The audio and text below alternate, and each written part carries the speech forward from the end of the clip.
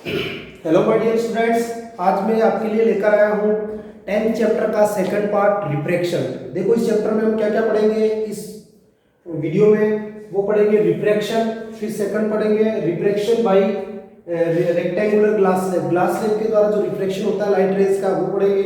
इसके बाद रिफ्रैक्शन के लॉज पढ़ेंगे, रिफ्रैक्टिव इंडेक्स पढ़ेंगे, फिर पढ़ेंगे refraction by lenses, ray diagrams, image formation, convex lens और कॉनकेव लेंस के द्वारा साइन कन्वेंशन, लेंस फॉर्मूला और पावर ऑफ लेंस। तो सबसे पहले अपन स्टार्ट करते हैं रिफ्रैक्शन। तो देखो जो पहला वीडियो मैंने बनाया था उसमें आपको रिफ्लेक्शन और रिफ्रैक्शन में डिफरेंस समझाया था। रिफ्लेक्शन क्या होता है? Bounce back of light from any surface, ठीक है, या पॉलिश्ड सरफेस। और रिफ्रैक्शन में पढ़ा था अपने bending of light when light enters from one medium to another. तो लाइट का बेंड होना, लाइट का बेंड होना एक मीडियम से जब दूसरे ट्रांसपेरेंट मीडियम में लाइट जाती है। तो लाइट बेंड क्यों होती है? उसका रीजन ये है कि जैसे एक मीडियम में सपोज दैट एयर है और दूसरा मीडियम में वाटर है, तो जो वाटर है वो एयर की तुलना में डेंसर है। इसी प्रकार डेंसर का मतलब वाटर के जो पार्टिकल्स, लिक्विड के पार्टिकल्स पास पास में रहते हैं। इसी प्रकार मान लो जैसे लाइट की रेज है जो एयर से ग्लास के अंदर जा रही है, तो ग्लास क्या सॉलिड है और अपन ने पढ़ा था सॉलिड के अंदर जो पार्टिकल्स होते हैं वो क्लोज्ड होते हैं, मतलब उनकी डेंसिटी ज्यादा होती है। तो रिफ्रैक्शन का कारण क्या होता है? रिफ्रैक्शन का कारण होता है कि जो दो मीडियम होते हैं उनकी डेंसिटी एक ही कम रहेगी, एक ही ज्यादा रहेगी। तो अपन डेफिनेशन से बात करें रिफ्रैक्शन, तो बेंडिंग ऑफ लाइट, लाइट का बेंड होना, bending of light when light rays transfer from one transparent medium to another transparent medium, ठीक है। जब लाइट एक ट्रांसपेरेंट मीडियम से दूसरे ट्रांसपेरेंट मीडियम में जाती है तो उस समय लाइट का अपने पथ से मुड़ना, लाइट का अपनी जो उसकी जो रेक्टिलिनियर पथ है उससे डाइवर्ट होना या उससे बेंड होना, उस फिनोमिना को बोलते हैं हम रिफ्रैक्शन। जबकि डिफ्रैक्शन में अपन ने पढ़ा था कि जब ऑब्जेक्ट स्मॉल हो, ओपेक हो, तो लाइट उसके किनारों से मुड़ जाती है, उसको बोलते हैं डिफ्रैक्शन। रिफ्लेक्शन कब बोला था? कि जब ऑब्जेक्ट ओपेक हो और लाइट उस पर गिरकर वापस निकल जाए, वो रिफ्लेक्शन। और रिफ्रैक्शन क्या होगा? जब ऑब्जेक्ट क्या हो? ट्रांसपेरेंट हो, ठीक है। तो इसको बोलते हैं refraction. Bending of light when light enters from या light and transfer from one transparent medium to another transparent medium. एक ट्रांसपेरेंट मीडियम से दूसरे ट्रांसपेरेंट मीडियम में जब लाइट जाती है तो अपनी दिशा से भटक जाती है, और अपनी दिशा से भटकने का, अपनी डायरेक्शन की चेंज होने को ही हम बोलते हैं रिफ्रैक्शन। ध्यान रखना, जब लाइट एक ट्रांसपेरेंट मीडियम से दूसरे ट्रांसपेरेंट मीडियम में जाती है, आगे और आएगा, तो केवल उसकी डायरेक्शन चेंज नहीं होती है, उसकी स्पीड भी चेंज हो जाती है। लाइट की स्पीड भी चेंज हो जाती है। देखो लाइट की वैक्यूम में स्पीड कितनी होती है? 3 × 10⁸ मीटर पर सेकंड। वैक्यूम के अंदर लाइट इतनी स्पीड से दौड़ती है। एयर के अंदर भी लगभग यही आता है, ठीक है। वैक्यूम और एयर के अंदर लाइट इतनी स्पीड से दौड़ती है। फिर इसके बाद अपन पढ़ते हैं जैसे वाटर के अंदर, तो वाटर के अंदर लाइट की स्पीड डाउन हो जाती है, वो होती है 2.2 × 10⁸ मीटर सेकंड। इसी प्रकार जैसे ग्लास, तो ग्लास के अंदर अपन स्पीड पढ़ेंगे 2 × 10⁸ मीटर पर सेकंड, 8 मीटर पर सेकंड। तो कहने का मतलब है कि जब लाइट एक ट्रांसपेरेंट मीडियम एयर से दूसरे ट्रांसपेरेंट मीडियम वाटर या दूसरे ट्रांसपेरेंट मीडियम ग्लास के अंदर जाती है तो लाइट का अपने पथ से झुकाव हो जाता है, घूम जाती है, डायरेक्शन चेंज हो जाती है और उसकी स्पीड चेंज हो जाती है। इसी फिनोमिना को हम बोलते हैं रिफ्रैक्शन। उसको क्या बोलते हैं? रिफ्रैक्शन। तो इसमें देखो जैसे मान लो ये कोई सरफेस है, एपेरेंट इंटरफेस सरफेस है। सरफेस किसको अलग कर रही है? ऊपर तो इस सरफेस के एयर और नीचे क्या है? वाटर। कहने का मतलब है ग्लास टम्बलर भरा हुआ है, ठीक है। ये ग्लास टम्बलर है जिसके अंदर क्या भरा हुआ है? वाटर है। जिसके अंदर क्या भरा हुआ है? वाटर है, ठीक है। इसके अंदर अपन ने कोइन डाल रखा है। क्या डाल रखा है? कोइन। हाँ देखो रिफ्रैक्शन के कारण क्या क्या 4-5 एग्जांपल आपकी बुक में दे रखे हैं। जैसे कोइन का, पानी के अंदर को टम्बलर है उसके अंदर कोइन कोइन पड़ा हुआ है तो वो कोइन ऊपर उठा हुआ दिखाई देता है उसकी एक्चुअल पोजीशन से। एक्चुअल पोजीशन में तो कहाँ है, नीचे है, जबकि वो कहाँ दिखाई देता, ऊपर उठा हुआ, अपीयर्स रेज्ड, रेज्ड अपीयर्स, ऊपर की तरफ उठा हुआ है। तो पहला डिफरेंस ये। दूसरा डिफरेंस, जो टम्बलर होता है ग्लास की या जैसे टैंक होता है तो उसका बॉटम रेज्ड, बॉटम ऊपर की तरफ उठा हुआ दिखाई देना। तीसरा इसका एग्जांपल है कि जैसे अभी इसमें पेंसिल डुबोते हैं तो पेंसिल यहाँ से मुड़ी हुई दिखा देती है, बेंडिंग को पेंसिल मुड़ी हुई दिखा देती है। चौथा इसका एग्जांपल अपन पढ़े तो जब एक ग्लास स्लैब होती है जो अपने जैसे प्रिंसिपल सर की टेबल पे पड़ी है और उसके नीचे कोई भी प्रिंटेड मैटर है उसको अपन देखेंगे तो वो जो वर्ड्स है थोड़े ऊपर उठे हुए दिखाई देते हैं। जब उस ग्लास स्लैब को हटा के देखेंगे तब वो अपने को एक्चुअल पोजीशन दिखेगी, लेकिन ग्लास स्लैब में से देखेंगे तो अपने को ऊपर उठा हुआ दिखाई देता है। तो ये 4-5 एग्जांपल है रिफ्रैक्शन के। अब देखो इसमें क्या होता है, जैसे मान लो लाइट रे आ रही है ओब्लिकली, ध्यान रखना। कुछ बच्चे कह रहे थे कि सर आपने रिफ्लेक्शन में भी तो क्या किया, लाइट को ओब्लिकली गिरा रहे थे, है ना। रिफ्लेक्शन में भी लाइट को कैसे गिरा रहे थे, ओब्लिकली गिरा रहे थे, तिरछा, सीधा क्यों नहीं गिरा है। तो अपन लाइट को अगर सीधा गिराएंगे नॉर्मल की तरफ, है ना, तो लाइट का जो रिफ्लेक्शन होगा तो अपने को पता नहीं चलेगा, रिफ्लेक्शन तो होगा लेकिन अपने को पता नहीं चलेगा कि लाइट क्या है, किधर कितना डायरेक्शन एंगल बनाया, किधर गई। ओब्लिकली गिराने से अपने को वास्तव में पता चलता है कि वो कितनी घूमी। जैसे अगर अपन यहाँ मैं इसको ऐसे डायरेक्ट ऐसे गिराऊं 90 डिग्री के एंगल पे, ठीक है, जैसे 90 डिग्री का एंगल यहाँ गिराऊं तो इसमें क्या होगा कि अपने को इसकी स्पीड तो चेंज हो जाएगी लेकिन इसकी डायरेक्शन का पता नहीं चलेगा। तो डायरेक्शन का पता लगाने के लिए हम क्या गिराते हैं, इसको ओब्लिकली। ध्यान रखना, जब नॉर्मल पे गिरेगी तो आपको कहना है केवल स्पीड चेंज होती है, लेकिन जब ओब्लिकली गिरेगी तिरछी तो अपने को स्पीड के साथ डायरेक्शन भी चेंज होती है। मान लो ये कोई लाइट रे है, इंसिडेंट रे जो इसके अंदर आ रही है, ठीक है, पानी के एयर के अंदर आ रही है और एयर से वो लाइट रे जानी चाहिए थी, ये वो लाइट रे क्या होती है, थोड़ी सी मुड़ जाती है, बेंड हो जाती है, वो लाइट रे बेंड हो जाती है, ठीक है। तो वो लाइट रे बेंड हो जाती है इस सरफेस से, जो दोनों की जो सरफेस ट्रांसपेरेंट भी है, दोनों ट्रांसपेरेंट है, एयर भी ट्रांसपेरेंट है, वाटर भी ट्रांसपेरेंट है, यहां से ये बेंडिंग हो गई। अब ये कितनी बेंड हुई, इसके लिए अपन एक इमेजिनरी लाइन 90 डिग्री के पे खींचते हैं तो यहाँ जो एंगल है वो एंगल ऑफ इंसिडेंस और यहाँ है एंगल ऑफ रिफ्रैक्शन। ध्यान रखना, ये रिफ्रैक्टेड रे बोलेंगे, इसको क्या बोलेंगे, रिफ्रैक्टेड रे। तो ये कितनी झुकी इसका पता लगता है अपने को इन एंगल से, ठीक है। तो इसमें क्या होता है, जैसे मान लो वो कोइन पड़ा हुआ यहाँ है लेकिन वो कोइन अपने को, जैसे वो कोइन यहाँ पड़ा हुआ, ध्यान रखना, लाइट ऐसे तिरछी जाती तो कोइन यहाँ दिखाई देता लेकिन वो कोइन दिखाई कहाँ देता है, यहाँ दिखाई देता है, उसकी पोजीशन दूसरी जगह दिखाई देती है। इसमें आपकी एक एक्टिविटी भी है कि एक ग्लास टम्बलर भरा हुआ है जिसके अंदर एक कोइन है और आप उसको कोइन को एक ही बार में उठाने की कोशिश करना तो आप शायद सफल नहीं हो पाओगे। क्यों, क्योंकि जो लाइट रेज एक तो वाटर से अपने आ रही है तो वाटर से ये आनी चाहिए थी लेकिन आप कौन सी रही है, ये आ रही है, एयर से दूसरी आ रही है। अपन इसको देख रहे जैसे आंख से देख रहे तो अपने को ये कोइन इधर दिखाना चाहिए लेकिन दिखता कहाँ है, यहाँ पर दिखता है। तो ये दिखता है लाइट के रिफ्रैक्शन के कारण, ठीक है। तो ये ध्यान रखना कि जब लाइट एक ट्रांसपेरेंट मीडियम से दूसरे ट्रांसपेरेंट मीडियम में जाती है तो उसकी डायरेक्शन भी चेंज हो जाती है और उसकी स्पीड भी चेंज हो जाती है, जिसके कारण जो ऑब्जेक्ट्स अपने को डिफरेंट पोजीशन पर दिखाई देते हैं उनकी एक्चुअल पोजीशन के बजाय। अब देखो ग्लास स्लैब, एक ग्लास स्लैब रेक्टेंगुलर जैसा आपका मैच स्टिक्स होता नहीं था, मैच स्टिक माचिस का बॉक्स वैसा होता है, या जैसे आपने देखा होगा जैसे अपने प्रिंसिपल सर की टेबल है तो उस पर जो ग्लास पड़ा है उसको ग्लास स्लैब बोलते हैं। अपनी लैब के अंदर भी है छोटा सा, इसके अंदर क्या होता है कि जब एक ओब्लिकली रे गिराई जाती है, ठीक है, उसको अपन बोलते हैं इंसिडेंट रे, इसका नाम दे दिया ABCD।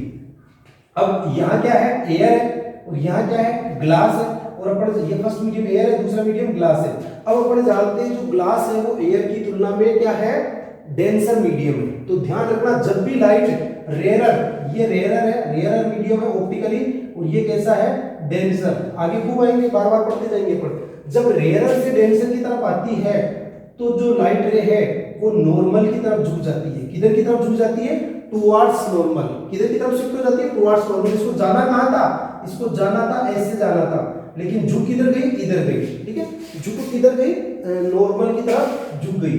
तो झुकती है, जैसे यहाँ से झुकती इसको बोलते हैं रिफ्रैक्टेड रे, इसको बोलते हैं इंसिडेंट रे। यहाँ पर इस पॉइंट को बोलते हैं O और इस नॉर्मल को बोलते हैं M'। तो ये लाइट ऐसे आती है, ये रिफ्रैक्टेड रे है, ध्यान रखना।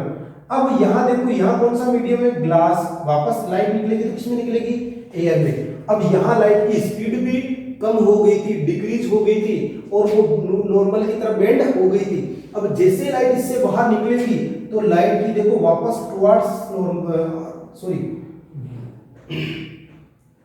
अवे फ्रॉम नॉर्मल कहाँ हो जाएगी, अवे फ्रॉम नॉर्मल। थोड़ी सी नॉर्मल से इसको अपने को डेस से बनाना है, अवे फ्रॉम नॉर्मल, नॉर्मल से दूर हो गई, नॉर्मल से दूर हो गई। इस रे को बोलते हैं अपन इमर्जेंट रे। इस रे को क्या बोलते हैं, इमर्जेंट रे। और यहां पर जो एंगल है इमर्जेंट एंगल वो इंसिडेंट एंगल के बराबर है, ध्यान रखना, इंसिडेंस एंगल के बराबर है इमर्जेंट एंगल। एक चीज और ध्यान रखना, जब अपन रिफ्लेक्शन पढ़ रहे थे तो रिफ्लेक्शन में जो पहला लॉ पढ़ा था उस समय हमने पढ़ा था angle of incidence is always equal to angle of reflection. लेकिन यहां पर ध्यान रखना, angle of incidence is not equal to angle of refraction.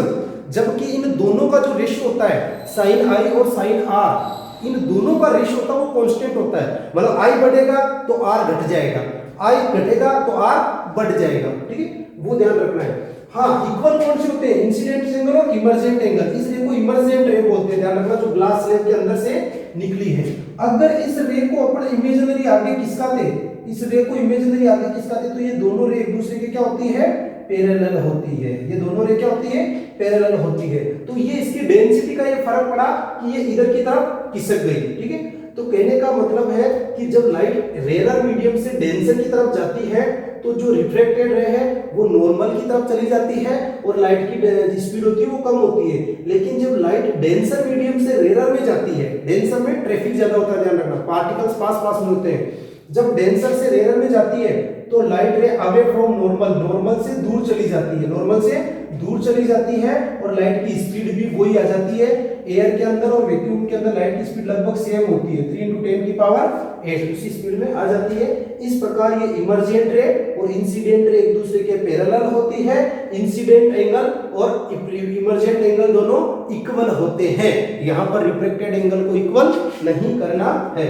इसके बाद अपने सेकंड आता है laws of refraction. Laws of refraction, तो बात वही आ गई, पहला जो लॉज आएगा उसको बोलेंगे sine i equals to sine r equals to constant. मतलब ये क्या होते हैं, कांस्टेंट होते हैं। आपकी जो मैथमेटिक्स में जो वैल्यू बीट करते हो साइन आर किससे, जैसे ये रे आ रही है, मान लो ये वाटर है, ये क्या है, वाटर है और ये एयर है, क्या होगा, ये टुवर्ड्स द नॉर्मल है क्या, अवे फ्रॉम द नॉर्मल, तो ये अवे फ्रॉम द नॉर्मल यहां से चेंज हो जाएगी, नॉर्मल से दूर हो जाएगी, आती तो वास्तव में से लेकिन इधर चली गई, नॉर्मल से अवे चली गई। तो यहां जो एंगल है उसको बोलते हैं साइन आई।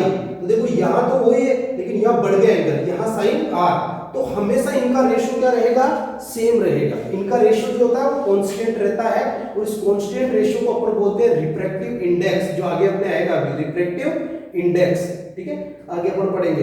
मतलब देखो यहाँ साइन आई कम है तो यहाँ साइन आर बढ़ गया। लेकिन दूसरे केस में देखो आप, जैसे यहाँ एयर है और यहाँ क्या है, वाटर है, तो ये आपका नॉर्मल है, ये एयर आ रही, लाइट रे आ रही है एयर से, वाटर डेंसर मीडियम है तो नॉर्मल की तरफ झुक जाएगी। तो यहाँ साइन आई की वैल्यू ज्यादा है और यहाँ साइन आर की वैल्यू कम हो जाएगी। यहाँ साइन आई की एज कंपेयर साइन आर कम थी, तो इन दोनों की रेशियो क्या होता है, कांस्टेंट, इक्वल नहीं होता है, ये सुधार कर लेना। दूसरा, angle of incidence and angle of refraction, sorry, incident ray, refracted ray and normal ray are lies on the same plane. कहने का मतलब है कि जो रे रिफ्लेक्टेड होगी ना वो इसी प्लेन से होगी, ध्यान रखना, ऐसे नहीं कि अंदर जाके फिर रिफ्लेक्टेड होती है। कहां रिफ्लेक्टेड होगी, इंटरफेस ऑफ बोथ मीडिया, इन दोनों मीडिया की सतह पर, इन दोनों मीडिया की सतह पर। देखो यहाँ एयर वाटर से अलग हो गया और यहाँ वाटर एयर से अलग हो गया। तो ये है आपके लॉज ऑफ रिफ्रैक्शन। इसके बाद आता है refractive index. Refractive index, refractive index क्या होता है, तो रिफ्रैक्टिव इंडेक्स होता है कि जब लाइट दो मीडियम में, लेंस में बार बार एक मीडियम, दो मीडियम बढ़ते जाएंगे, जब लाइट एक मीडियम से दूसरे मीडियम में जाती है तो उस लाइट की डायरेक्शन चेंज होना और उसकी स्पीड चेंज होना, तो उसको हम कहते हैं रिफ्रैक्टिव, उनके जो रेशियो को बोलते हैं रिफ्रैक्टिव इंडेक्स। तो लाइट की बेंडिंग की क्या, कितनी वो प्रोबेबिलिटी हुई, कितनी बेंड हुई या कितनी उसकी स्पीड चेंज हुई, उसको बोलते हैं रिफ्रैक्टिव इंडेक्स। और ये ध्यान रखना, यूनिटलेस क्वांटिटी है, इसकी कोई यूनिट नहीं होती है, इसको डिनोट करते हैं अपन एन से। अब जैसे वापस अपन वही देखते हैं, ये एयर है जो मीडियम फर्स्ट है, ये वाटर है जो मीडियम सेकंड है। ये एयर जो इंसिडेंट रे आ रही है वो फर्स्ट मीडियम से आ रही है और आफ्टर रिफ्रैक्शन वो नॉर्मल की तरफ झुक रही है, नॉर्मल की तरफ झुक रही है। ठीक है, ये आपकी रिफ्रैक्टेड रे, ये इंसिडेंट रे, ये एंगल ऑफ इंसिडेंस, ये एंगल ऑफ रिफ्रैक्शन। अब इसमें रिफ्रैक्टिव इंडेक्स देखो, रिफ्रैक्टिव इंडेक्स, अब एयर का रिफ्रैक्टिव इंडेक्स किसकी रेस्पेक्ट में, वाटर की रेस्पेक्ट में, और वाटर का रिफ्रैक्टिव इंडेक्स किसकी रेस्पेक्ट में, एयर की रेस्पेक्ट में। दो प्रकार के रिफ्रैक्टिव इंडेक्स पढ़ लेंगे अपन, जैसे अपन पढ़े वाटर का रिफ्रैक्टिव इंडेक्स एयर की रेस्पेक्ट में, तो वाटर का तो इसको अपन बोलेंगे n/1 इक्वल्स टू, देखो n/1, n को तो बोलेंगे रिफ्रैक्टिव इंडेक्स, कई बुक्स में इसको म्यू से भी डिनोट कर रखा है। वैसे म्यू एब्सोल्यूट रिफ्रैक्टिव इंडेक्स को करते हैं, लेकिन म्यू इसको भी डिनोट कर रखा है। अब एब्सोल्यूट क्या होता है वो भी पढ़ेंगे। अब देखो n का मतलब होता है रिफ्रैक्टिव इंडेक्स, 2 का मतलब होता है refractive index of 2, refractive index of medium 2 with respect to 1, with respect WRT, कहीं ऐसा लिखा हुआ है तो with respect to, refractive index of medium second with respect to medium first, तो इसमें आता है मतलब इसका रिफ्रैक्टिव इंडेक्स का मतलब कि ये वाटर है तो वाटर के अंदर जो लाइट की स्पीड थी वो एयर की कंपैरिजन में कितनी कम हुई, या जो इसकी ये रिफ्रैक्टेड रे थी ये नॉर्मल की तरफ कितनी मुड़ी। इन दोनों चीजों के बारे में जो वैल्यू बताती है उस वैल्यू को बोलते हैं रिफ्रैक्टिव इंडेक्स। तो यहाँ पर वाटर का रिफ्रैक्टिव इंडेक्स किसके रेफरेंस में, एयर की रेफरेंस में, तो यहाँ आ जाएगी speed of light in medium first, speed of light in medium first, तो मीडियम फर्स्ट, और दूसरी में आ जाएगा मीडियम सेकंड, है ना, speed of light in medium second. इसको अपन करेंगे, यहाँ पर करेंगे v1 और यहाँ करेंगे v2, तो फॉर्मूला क्या हो गया, n/1 इक्वल्स टू v1/v2। ये फॉर्मूला कब लगाना है आपको, जब आपको सेकंड मीडियम का रिफ्रैक्टिव इंडेक्स फर्स्ट मीडियम की रेफरेंस में पूछे तो। भाई फर्स्ट की तुलना में जो सेकंड मीडियम है उसमें लाइट की स्पीड कितनी कम हुई, तो देखो v का मतलब होता है स्पीड ऑफ लाइट। जैसे मान लो एयर के अंदर 3 × 10⁸ मीटर सेकंड है पर सेकंड है, और वाटर के अंदर स्पीड लाइट की 2 × 10⁸ मीटर पर सेकंड है, तो देखो क्वांटिटी से यूनिट से यूनिट कट, तो ये कैसी क्वांटिटी है, यूनिटलेस। कैसी क्वांटिटी है, यूनिटलेस। ये फर्स्ट फॉर्मूला आ गया। दूसरा इसको देखो ऐसे भी लिखते हैं, साथ के साथ बताता चलता हूं मैं, किसका रिफ्रैक्टिव इंडेक्स लगा क्या पढ़ने, वाटर का, किसके रेफरेंस में, एक की रेफरेंस में, तो इसको ऐसे भी लिखा हुआ मिल सकता है आपको WA। इसका मतलब होता है refractive index of water with respect to air, refractive index of water with respect to air, तो v1/v2। ठीक है, ये एक ही फॉर्मूला है। ये मीडियम को अपन ने नंबर दे रखे थे, भाई एयर फर्स्ट मीडियम है और वाटर सेकंड मीडियम है। मान लो वहां अपने को कहे नहीं तो वहां वाटर और एयर दे दे, तो अपने को ध्यान रखना है फर्स्ट मीडियम किसको मानना है, जिधर से इंसिडेंट रे आ रही है वो हमेशा फर्स्ट मीडियम होगा, और जिधर वो रे रिफ्रैक्ट हो रही है वो सेकंड मीडियम होगा। अब इसका अपोजिट देखो, इसका अपोजिट क्या है, आपको कहते हैं refractive index of air with respect to water, तो refractive index of medium first, तो अपन लगाएंगे फॉर्मूला n/12, देखो यहाँ था n/21, तो यहाँ लगाएंगे n/12, refractive index of medium first with respect to medium second, तो इसको जस्ट अपोजिट कर देंगे। अपोजिट क्या करेंगे, फिर लिखेंगे speed of medium, speed of light in medium second medium में और फर्स्ट मीडियम में, आपकी बुक में दे भी रखा है, तो n/12 इक्वल्स टू आ जाएगा v2/v1। अब आप देखो कि ये दोनों एक दूसरे के रेसिप्रोकल है कि नहीं, ये n/1 यहाँ 1/2, यहाँ v1/v2, यहाँ v2/v1। तो कहने का मतलब है या तो आप डायरेक्ट निकाल सकते हो, या फिर जो रिफ्रैक्टिव इंडेक्स इसका आ जाए वाटर का, तो उसका क्या कर दोगे आप, रेसिप्रोकल। क्या कर दोगे, रेसिप्रोकल, या ये फॉर्मूला आपका ऐसा बन जाएगा। मतलब आपको मान लो रिफ्रैक्टिव इंडेक्स ऑफ एयर पूछे विद रिस्पेक्ट टू वाटर, तो आप जो वाटर का आ रखा था उसका रेसिप्रोकल कर दो, उसका क्या कर दो, रेसिप्रोकल। तो यहाँ पर इसको क्या कर दिया, रेसिप्रोकल कर दिया। क्यों, क्योंकि यहाँ v1/v2 था, यहाँ क्या हो गया v2/v1, तो जो वैल्यू आएगी उसको उल्टी कर दो, उल्टी कर दोगे तो एयर का आ जाएगा रिफ्रैक्टिव इंडेक्स, और वापस उसको वैसे कर दोगे तो वाटर का आ जाएगा। मतलब अगर वाटर का आपको रिफ्रैक्टिव इंडेक्स पता है एयर की रेस्पेक्ट में, तो एयर का रिफ्रैक्टिव इंडेक्स वाटर की रेस्पेक्ट में उसका रेसिप्रोकल कर देना। ऐसे न्यूमेरिकल क्वेश्चन आएंगे तब अपन और करेंगे। तो हो सकता है मैं न्यूमेरिकल क्वेश्चंस का एक वीडियो भी आपके सामने बना दूं जिसमें आपको कोई दिक्कत नहीं आए। तो इसको तो अपन ने जैसे कहा था NWA, अब इसको क्या कहेंगे, इसको कहेंगे NAW। क्या कहेंगे, NAW मतलब refractive index of air with respect to water. तो यहाँ आ जाएगा V2/V1, V2/V1, ये आपको ध्यान रखना है। इसके बाद अपना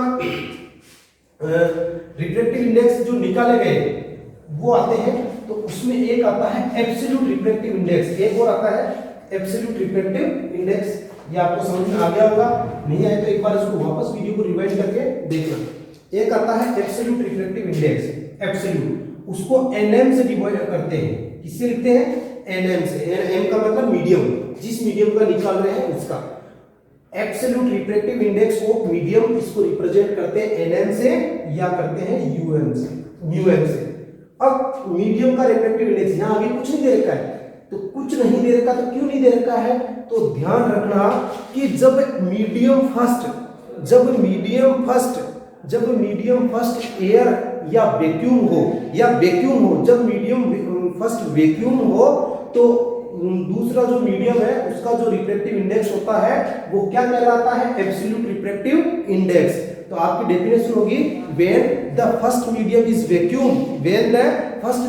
is vacuum, then the refractive index of second medium is called absolute refractive index। तो इसका फॉर्मूला क्या आ जाएगा, speed of light in vacuum, speed of air भी ध्यान रखना, एयर भी आ सकता है इसमें, स्पीड ऑफ लाइट की ज्यादा फर्क नहीं होता, speed of light in vacuum. और ध्यान रखना वैक्यूम में लाइट की स्पीड को किससे लिखते हैं, c से लिखते हैं, और ये कितनी होती है 3 × 10⁸ मीटर पर सेकंड। और इधर आ जाएगा speed of light in medium, speed of light in medium, ठीक है, speed of light in medium. तो ये फॉर्मूला क्या बन जाएगा आपका C/V। किसका है C/V formula, absolute refractive index. और एब्सोल्यूट रिफ्रैक्टिव इंडेक्स कब कहते हैं, जब पहला मीडियम मतलब जिधर से इंसिडेंट रे आ रही है वो क्या होना चाहिए, आपका वैक्यूम या एयर होना चाहिए, तब होता है एब्सोल्यूट रिफ्रैक्टिव इंडेक्स। मतलब ये जैसे अगर मान लो आपका फर्स्ट मीडियम, जैसे मान लो इसमें फर्स्ट मीडियम आपका ग्लास आ रहा है, तो ये रिफ्रैक्टिव इंडेक्स है केवल, एब्सोल्यूट नहीं है। एब्सोल्यूट कब होगा, जब फर्स्ट मीडियम क्या होना चाहिए, वैक्यूम या एयर। सेकंड कुछ भी हो सकता है, वो वाटर हो सकता है, वो ग्लास हो सकता है, कुछ भी हो सकता है। लेकिन फर्स्ट अगर आपने ग्लास या वाटर या कुछ ले लिया एयर या वैक्यूम की जगह, तो वो केवल रिफ्रैक्टिव इंडेक्स होगा। फिर उसको में अपन फॉर्मूला वही लगाएंगे N/1 refractive index of water with respect air, ऐसे, ठीक है। एब्सोल्यूट रिफ्रैक्टिव इंडेक्स उसी को कहते हैं जब लाइट की पहला जो मीडियम है वो वैक्यूम या एयर होगा, और दूसरा कोई भी मीडियम हो, ग्लास हो, डायमंड हो, केरोसिन हो, वाटर हो, ठीक है। अब आपकी बुक में एक टेबल दे रखी है एब्सोल्यूट रिफ्रैक्टिव इंडेक्स, खूब सारे इनके।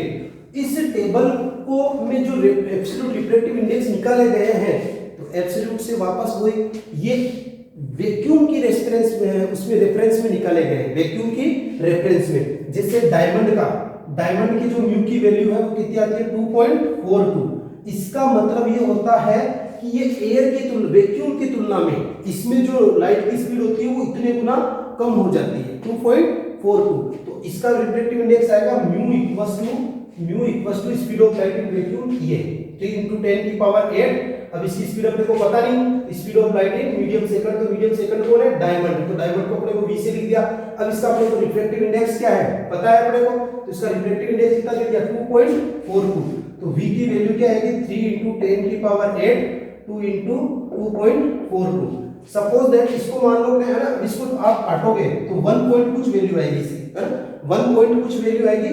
इट मींस डायमंड में जो लाइट की स्पीड होती है वो 1 पॉइंट जो भी 52 ऐसे कुछ आके वैल्यू आएगी 10⁸। अब आप देखो वैक्यूम के अंदर तो कितनी जबरदस्त स्पीड होती है लाइट की, 3 × 10⁸, और यहाँ कितनी कम हो गई, 1.2 हो गई। तो कहने का मतलब है एब्सोल्यूट रिफ्रैक्टिव इंडेक्स वो होता है जब फर्स्ट मीडियम एयर या वैक्यूम हो, वैक्यूम ही मानना आप, तो फर्स्ट मीडियम वैक्यूम हो, कई जगह एयर भी मिलेगा, कोई दिक्कत नहीं है, क्योंकि ज्यादा इनमें डिफरेंस नहीं होता है। तो अब इसके अकॉर्डिंग, वैक्यूम के अकॉर्डिंग सबके रिफ्रैक्टिव इंडेक्स निकाले गए। जो टेबल आपको रिफ्रैक्टिव इंडेक्स दे रही है, जैसे डायग्राम का जो रिफ्रैक्टिव इंडेक्स है, ध्यान रखना 2.42, ये किसकी रेफरेंस में, ये वैक्यूम की रेफरेंस में। अगर आपको कह दे कि एक लाइट पहले वाटर से आ रही थी, रिफ्रैक्टिव इंडेक्स है ना, वाटर मीडियम फर्स्ट वाटर था और सेकंड मीडियम डायमंड था। अब डायमंड का रिफ्रैक्टिव इंडेक्स बताओ, तो आपने जैसे रट रखा 2.42, गलत। डायमंड का रिफ्रैक्टिव इंडेक्स वो वैक्यूम के रेफरेंस में था, या वाटर के रेफरेंस में डायमंड का अलग आ जाएगा। तो अपने को डायमंड का करना है तो अपना फॉर्मूला लगेगा NdW, रिफ्रैक्टिव इंडेक्स, एन को बोलेंगे refractive index of diamond with respect to water. तो speed of light in water, तो V1 लाइट में वाटर की स्पीड V1 और डायमंड में लाइट की स्पीड V2। अब वाटर में अगर अपने को स्पीड पता है और लाइट में अपने को स्पीड इसमें डायमंड में पता है तो इसका रिफ्रैक्टिव इंडेक्स आ जाएगा, लेकिन वो ये नहीं आएगा, वो वैक्यूम की कंपेयर में दे रखा है। भले आपको लाइट में देखो, वाटर में आपको स्पीड बताई थी मैंने कितनी होती है, 2.2 × 10 की पावर 8, 2.25 होती है, ध्यान रखना। वाटर में इसकी स्पीड, लाइट की स्पीड, और डायमंड में भी आपके सामने निकली 1.2 × 10 की पावर 8। तो क्या आ रहा है कि इसको काट रहे हैं, तो आ रहा है क्या 2.42? नहीं आ रहा, नहीं आएगा। ये तो केवल दो बार ऐसी कुछ वैल्यू आएगी इसकी, है ना, दो बार भी नहीं आएगी अगर आप इसको काटोगे तो। 1.2 है या 2.2 है तो बहुत कम आता है। तो कहने का मतलब जो रिफ्रैक्टिव इंडेक्स आपका दिया हुआ है, ये जो टेबल दी हुई है, इस टेबल को आपको मेमोराइज नहीं करना, आप बार बार सवाल सॉल्व करोगे आपको ऐसे ही आ जाएगी। और जो यहाँ पर रिफ्रैक्टिव इंडेक्स दिए गए हैं वो वैक्यूम के रेस्पेक्ट में दिए गए हैं, कोई अगर दूसरी चीज आ जाए तो वहां फिर वो अपना काम नहीं करेगा, ठीक है। ये डायमंड की जो डेंसिटी है वो सबसे ज्यादा है, मोस्ट डेंस ऑप्टिकल डेंसर है diamond, most optical denser medium है डायमंड। तो इसमें आप देखो जैसे एयर की कितनी बता रखी है 1.003, और ये देखो लगभग किसके इक्वल है, 1 के ही इक्वल है। ये ऑप्टिकल डेंसिटी या रिफ्रैक्टिव इंडेक्स बता रखा है। इसी प्रकार वाटर का बता रखा है 1.33, है ना, और केरोसिन का बता रखा है, केरोसिन का थोड़ा ज्यादा बता रखा है, ध्यान रखना। लेकिन केरोसिन वैसे मास डेंसिटी में वाटर से क्या आता है, कम आता है। जैसे केरोसिन का बता रखा है 1.44, केरोसिन का बता रखा है 1.44, ग्लास का बता रखा है 1.5 और डायमंड का बता रहा है 2.42। अब इसका डिफरेंस समझो क्या क्या चीज होती है। रिफ्रैक्टिव इंडेक्स अपने काम कहाँ आता है, ध्यान रखना, जिसका ज्यादा रिफ्रैक्टिव इंडेक्स होगा, जिसका ज्यादा रिफ्रैक्टिव इंडेक्स जैसे इसका ज्यादा है तो इसमें लाइट की स्पीड उतनी ही कम होती है, स्पीड ऑफ लाइट। तो रिफ्रैक्टिव इंडेक्स और लाइट की स्पीड में क्या फर्क होता है, क्या मतलब वो होता है, तुलना। तो तुलना करेंगे इनवर्सली प्रोपोर्शनल होते हैं। अगर रिफ्रैक्टिव इंडेक्स जिसका जितना ज्यादा उसमें लाइट की स्पीड सबसे कम, तो लाइट की सबसे speed come, least speed of light, light की सबसे कम स्पीड किसमें होगी, डायमंड में। किसमें कम होगी, डायमंड में। और लाइट की सबसे ज्यादा स्पीड किसकी होती है, और डायमंड आप जानते हो क्या होते हैं, सॉलिड। और हमने पढ़ा था कि लाइट की स्पीड सॉलिड में सबसे कम होती है और सबसे ज्यादा कम होती है वैक्यूम में। ये तो एयर है और वैक्यूम का 1 माना गया, ध्यान रखना, वैक्यूम का 1, एयर का 1.003 जो 1 के इक्वल है। ये आपका वाटर और ये आपका केरोसिन, ये आपका ग्लास और ये आपका डायमंड, ठीक है। अब refractive index speed of light से क्या हो गया, इनवर्सली प्रोपोर्शनल, मतलब जिसका रिफ्रैक्टिव इंडेक्स ज्यादा उसमें स्पीड लाइट की कम। इसी प्रकार रिफ्रैक्टिव इंडेक्स डायरेक्टली प्रोपोर्शनल भी होता है ऑप्टिकल डेंसिटी, मतलब जिसकी ऑप्टिकल डेंसिटी जितनी ज्यादा होती है, डेंसिटी का मतलब घनत्व, पास पार्टिकल्स कितने क्लोजेस्ट पैक होते हैं उतना ही ज्यादा रिफ्रैक्टिव इंडेक्स होता है। रिफ्रैक्टिव इंडेक्स ऑप्टिकल डेंसिटी के डायरेक्टली प्रोपोर्शनल होता है। डायमंड की जो रिफ्रैक्टिव इंडेक्स है वो वैक्यूम की रेफरेंस में 2.42 है, इट मींस सबसे ज्यादा ऑप्टिकल डेंस है। ऑप्टिकल डेंस का मतलब वही ट्रैफिक वगैरह ज्यादा है। देखो डेंसिटी आपके 3-4 प्रकार से आती है। एक आती है मास अपॉन वॉल्यूम, जो अपने साइंस में आती है, अपन पढ़ते हैं कि कितने वॉल्यूम में कितना मास बना हुआ। जैसे ये कमरा 3D है, इसके अंदर कितना मास बना हुआ तो इस कमरे की डेंसिटी हो जाएगी। जैसे इस कमरे में 100 के 100 बच्चों को बैठा दे तो इस कमरे की डेंसिटी ज्यादा हो जाएगी। इस कमरे के अंदर केवल 10 बच्चों को बैठाएंगे तो इसकी डेंसिटी कम हो जाएगी। इसी प्रकार एक होती है डेंसिटी आपकी पॉपुलेशन डेंसिटी, तो उसमें क्या होती है, पॉपुलेशन एरिया आता है। लेकिन ध्यान रखना, नीचे क्या आता है, एरिया, ऊपर क्या आती है, पॉपुलेशन। 1 किलोमीटर स्क्वायर एरिया में कितनी पॉपुलेशन रहेगी, पॉपुलेशन डेंसिटी।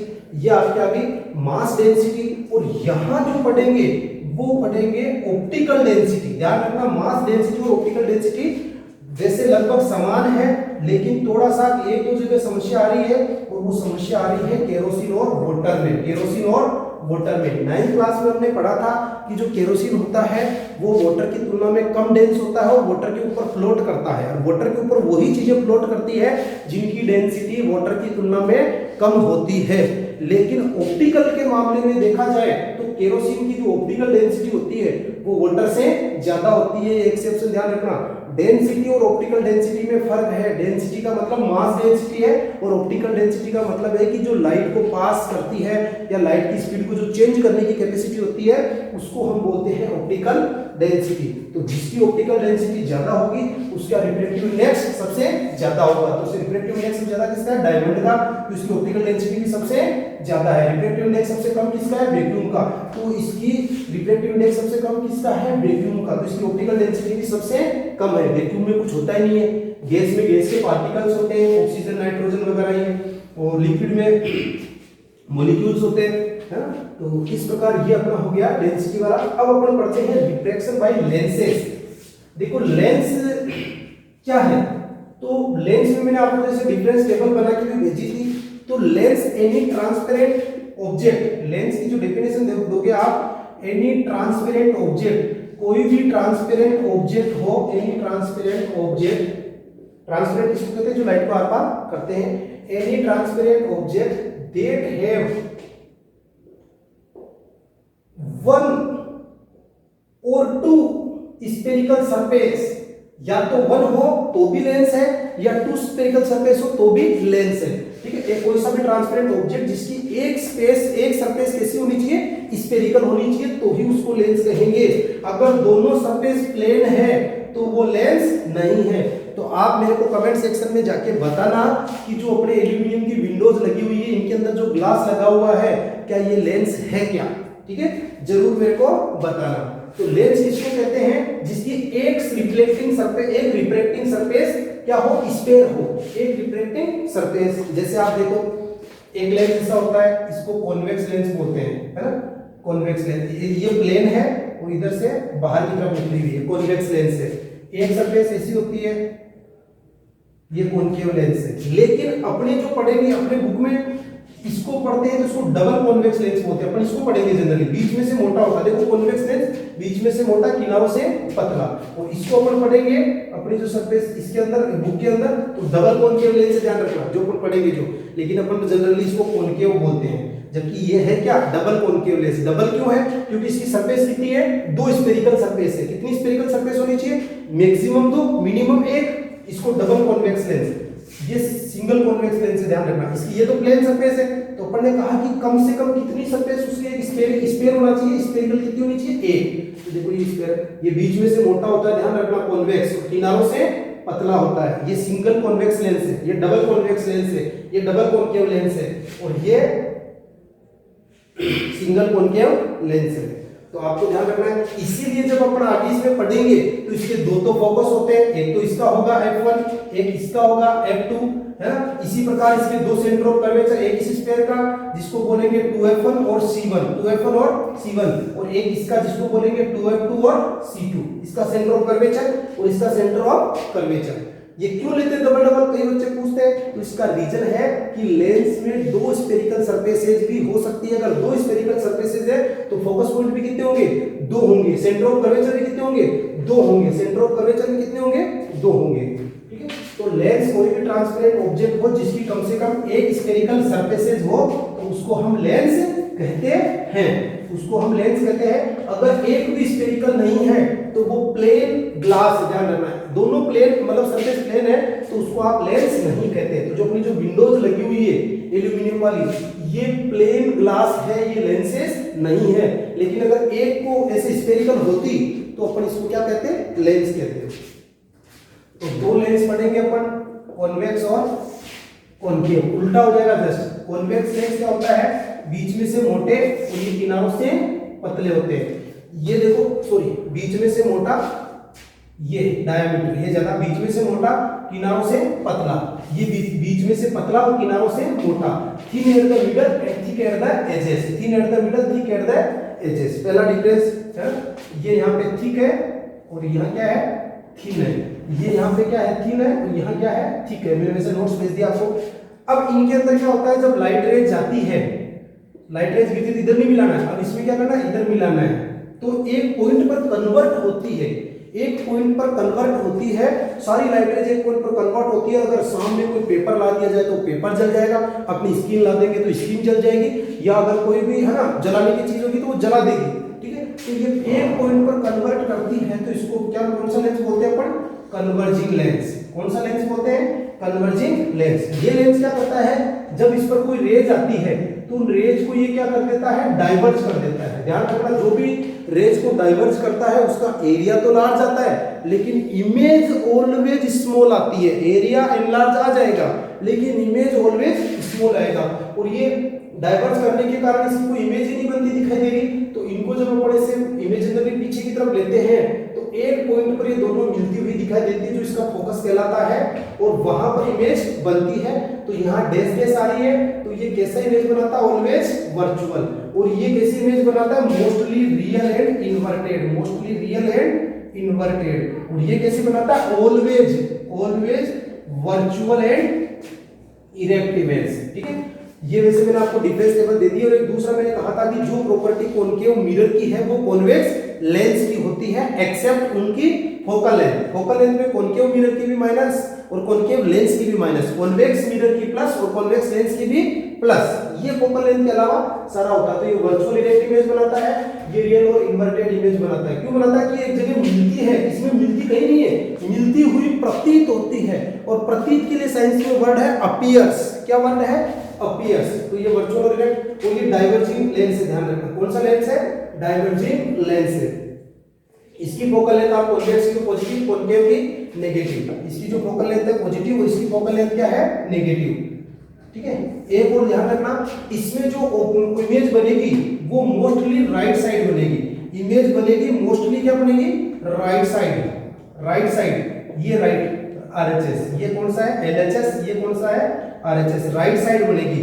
ये अपन कहते हैं opposite side of object, opposite side of object. Mostly एक कंडीशन होगी जब इमेज इधर की तरफ भी बनेगी, और वो कंडीशन आपने कॉनकेव मिरर में पढ़ी थी, जब ऑब्जेक्ट को अपन ने कहां रखा था, पी और एफ के बीच, पोल और प्रिंसिपल फोकस के बीच। ध्यान रखना, लेंस में पोल की जगह पढ़ेंगे अपन ऑप्टिकल सेंटर, ऑप्टिकल सेंटर। और जैसे अपन उसमें पढ़ रहे थे जो फोकल लेंथ है ना, फोकल लेंथ या फोकस पॉइंट जहां पर कागज जलने लग जाता है, और ऑप्टिकल सेंटर से जो फोकस पॉइंट के बीच की दूरी होती है इसको अपन बोलते हैं रेडियस। क्या बोलते हैं, सॉरी, फोकल लेंथ। क्या बोलते हैं, फोकल लेंथ। और इस फोकल लेंथ का डबल क्या होती है, रेडियस। और रेडियस को यहाँ पर बोलेंगे 2f1 ये और c1, और इधर बोलेंगे f2 ये आपका, और ये आ जाएगा 2f2 और c2, ठीक है भाई।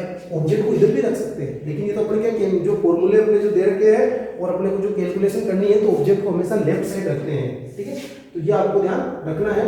तो मोस्टली इमेज कैसे बनेगी, राइट साइड और अपोजिट साइड। और इसमें इमेज बनती है सेम साइड। देखो इधर ही ऑब्जेक्ट रखेंगे लेफ्ट में, और इमेज भी इधर ही बन रही है। ऑब्जेक्ट भी इधर, इमेज भी इधर, मतलब कौन सी साइड बन रही है, सेम साइड, या कहें तो लेफ्ट साइड। कैसी बन रही है, कहां बन रही है, लेफ्ट साइड।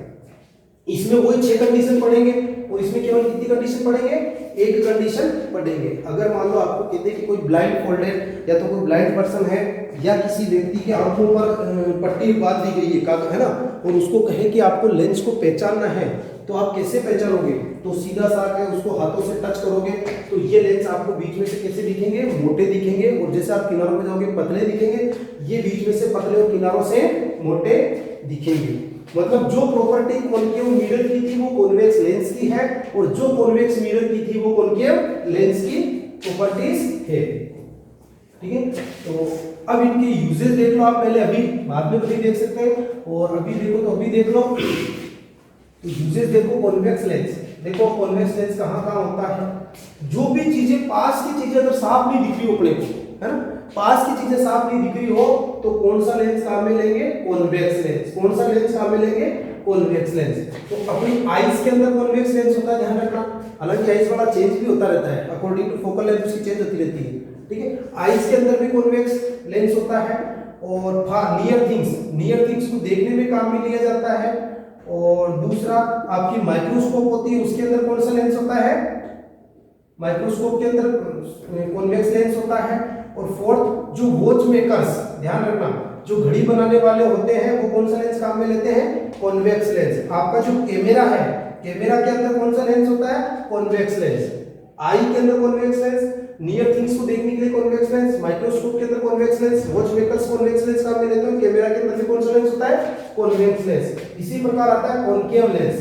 तो कॉनकेव लेंस देखो टेलीस्कोप, दूर की चीजें देखने के लिए। और टेलीस्कोप, टेली का मतलब दूर, स्कोप का मतलब देखना, जैसे टेलीविजन दूरदर्शन, टेलीस्कोप, बाइनोक्यूलर्स जो दूरबीन वगैरह आपकी आती है, तो उसके अंदर जो दूर की वस्तुओं को देखने के लिए कौन सा लेंस काम में लेते हैं, कॉनकेव लेंस काम में लेते हैं। एक जो दूर कैमरा या स्पाई कैमरा जिनको बोलते हैं, दूर कैमरा, स्पाई कैमरा जानते हो, दूर कैमरा का मतलब जैसे दरवाजे पे लगा हुआ होता है, अंदर से देखते हैं अपन, बाहर वाले को नहीं दिखेगा, वो अंदर से देखेंगे, अंदर अपनी प्रोटेक्शन के लिए होता है। तो अपन बाहर से अपन देखेंगे तो वो बहुत बड़ा दिखेगा और उसकी इमेज की साइज बहुत बड़ी दिखेगी, इमेज की साइज तो छोटी दिखेगी पर उसका एरिया बहुत बड़ा दिखेगा, बाहर का एरिया लंबा दिखेगा।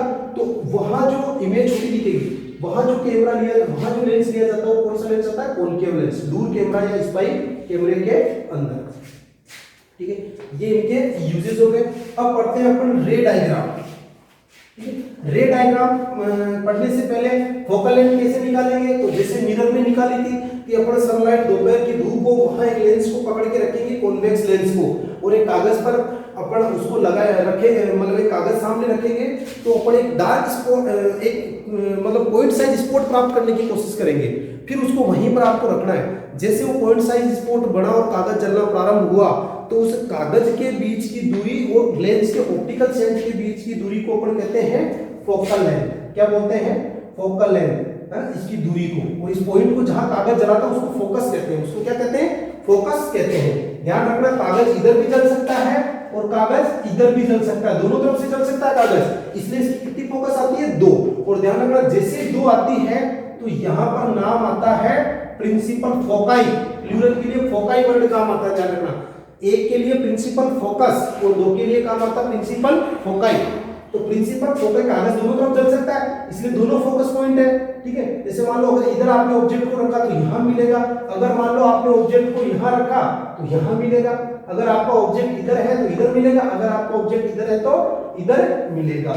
तो इसको प्रिंसिपल फोकाई 2 होते हैं। इसी प्रकार आपका कन्वर्जिंग जो लेंस, डाइवर्जिंग लेंस होता है, कॉनकेव लेंस, तो उसके अंदर क्या होता है, लाइट जो आती है वो डाइवर्ज हो जाती है, तो इसको ऐसे मिलाते हुए प्रतीत होती है। तो इसको अपन F1 का, मान लो आप कह दो कि सर हम तो ऑब्जेक्ट को, सन को इधर रखेंगे तो इधर से सन की रे जाएगी तो ऐसे डाइवर्ज हो जाएगी, तो मिलेगी कहां, तो ये F2 हो गया, ये F1 हो गया। तो इनको बोलते हैं प्रिंसिपल फोकाई, फोकस नहीं, प्रिंसिपल फोकाई। फिर जैसे अपन ने मिरर में पढ़ा था, इसी इनमें भी देख लो छोटी छोटी चीजें, वहां अपन ने पढ़ा था कि जो रिफ्लेक्टिंग सरफेस का बीचों बीच का पॉइंट था उसको अपन ने पोल कहा था, उसको क्या कहा था, पोल। लेकिन यहां जो रिफ्लेक्टिंग सरफेस के बीचों बीच का पॉइंट है उसको कहेंगे अपन ऑप्टिकल सेंटर। क्या कहेंगे, ऑप्टिकल सेंटर। जितनी भी डिस्टेंस मेजर करेंगे वो किससे करेंगे, ऑप्टिकल सेंटर से। जैसे ऑब्जेक्ट को लेफ्ट साइड में रखेंगे तो ऑप्टिकल सेंटर से कितना दूर है, ऑब्जेक्ट को ऊपर की तरफ रखते हैं तो इससे कितना ऊंचा है ना। इमेज नीचे बनी तो ऑप्टिकल सेंटर से कितनी नीचे बनी, इमेज इधर बनी तो ऑप्टिकल सेंटर से कितनी दूरी पर बनी। ठीक है, तो यहां पर वहां सेंटर पॉइंट था पोल और यहां पर था ऑप्टिकल सेंटर रिफ्लेक्टिंग सरफेस का। दूसरा ये इसका एपर्चर, ये इसका क्या है, एपर्चर। और फोकस वगैरह जहां कागज चलता है वो फोकस, इनके बीच की दूरी को फोकल है। और इसका जो डबल होता है वो होता है जो सेंटर ऑफ कर्वेचर। क्योंकि देखो मैंने कहा कि लेंस उसको कहते हैं जिसमें एक सरफेस स्फेरिकल हो। जैसे मान लो ये है तो इसके ये फोकल लेंथ, यहाँ कागज चलना स्टार्ट हो जाएगा और यहाँ इसकी डबल इसका रेडियस ऑफ कर्वेचर। जैसे ये तो इधर गोल वाला है तो इसका इधर होगा, सॉरी है ना, इसका उधर की तरफ होगा। लेकिन ये जैसे 2 होते हैं तो ये इसका ऑप्टिकल सेंटर, ध्यान रखना। ये अब यहाँ हो जाएगा, ये कागज इधर भी चलेगा तो बोलेंगे इसको, इसका ये। इसमें डबल डबल क्यों आती है ये आपको पता चल गया होगा। अब पढ़ते हैं रे डायग्राम। देखो रे डायग्राम में, इसमें 3 रे डायग्राम पढ़ेंगे, मैं तीनों का मैं डायग्राम पहले एक बार 3 लेंस का बना देता हूं।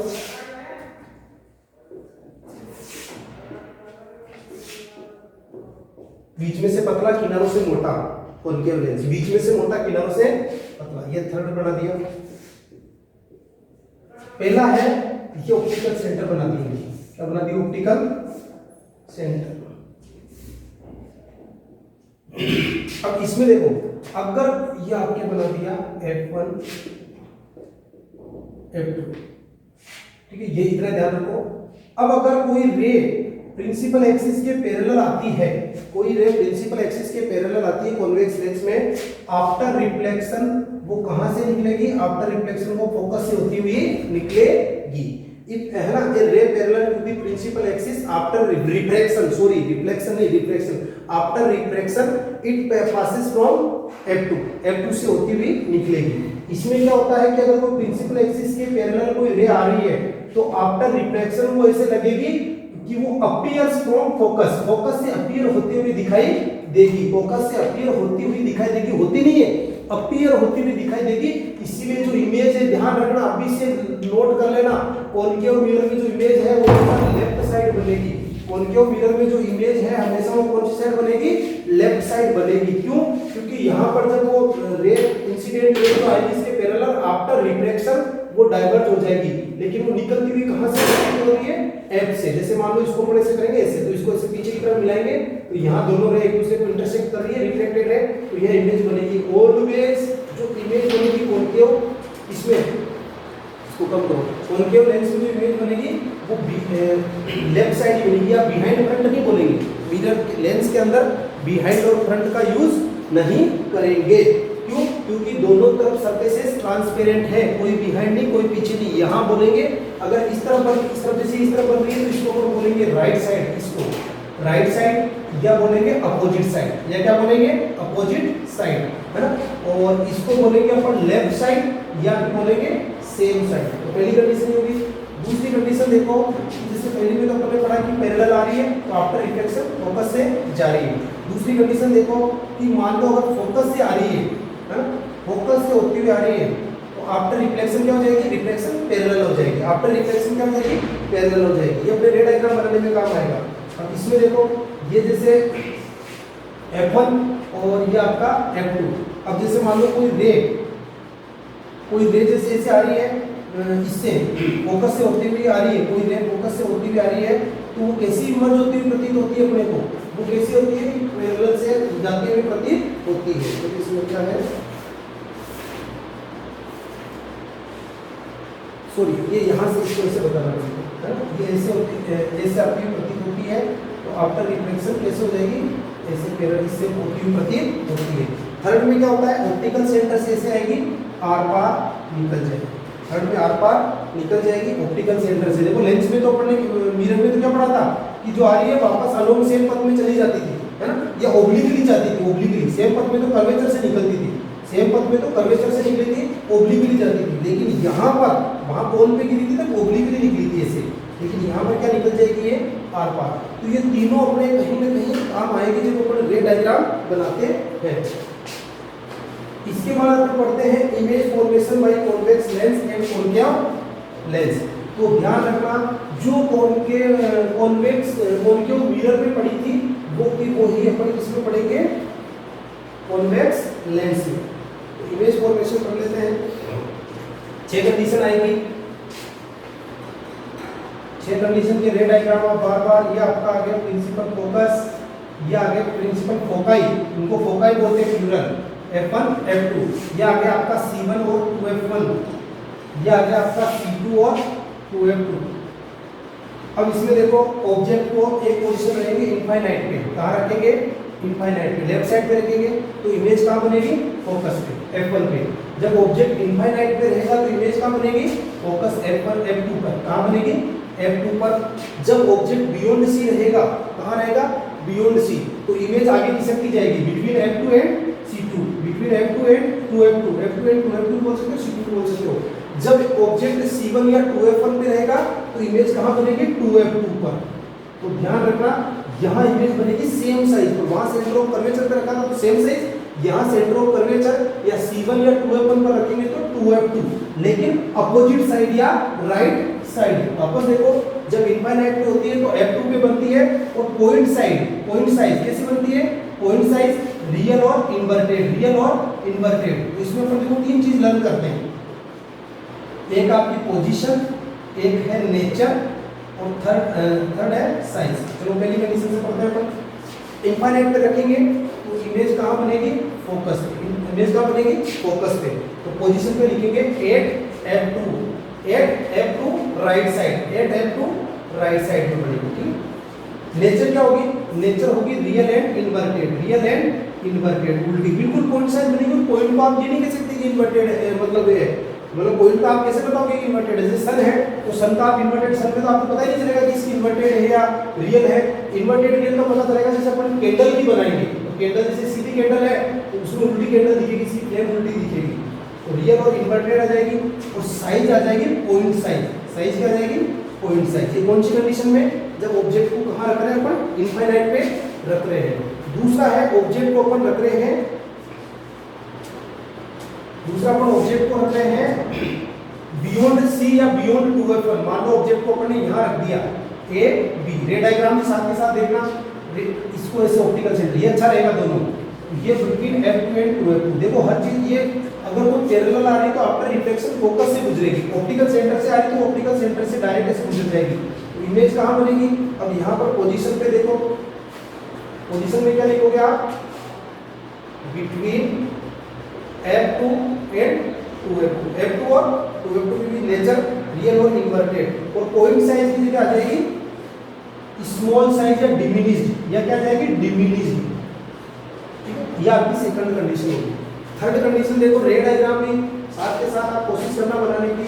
रे डायग्राम की देखो, अब वो इमेज को अपन कहाँ रख रहे हैं, सी पे रख रहे हैं। कहाँ रख रहे हैं, सी पे, C1 पे या 2f1 पे। ठीक है, तो यहाँ से इमेज कहाँ बनेगी, तो ये पैरेलल जाएगी, तो आफ्टर रिफ्लेक्शन कहाँ से जाएगी, फोकस से। कहाँ से जाएगी, f2 से, और इससे आप ऑप्टिकल सेंटर से निकालोगे तो ये कहाँ बनेगी, ये देखो आपकी इमेज। तो इसकी पोजीशन पे आप यहाँ लिखोगे 8 2f2 और C2 भी कह सकते हैं 2f2 इन राइट साइड। जैसे 2f2 बोल दोगे ना वैसे राइट साइड हो जाएगा, तो फिर भी पूछ ले राइट साइड और अपोजिट साइड। और नेचर रियल और इन्वर्टेड होगी, और यहाँ पर जो इमेज होगी उसकी साइज क्या होगी, सेम साइज। कैसे हो जाएगी, सेम साइज। अब जो फोर्थ कंडीशन आ रही है, जो फोर्थ कंडीशन आप देखिए, ये आपका मिरर, कॉन्वेक्स मिरर।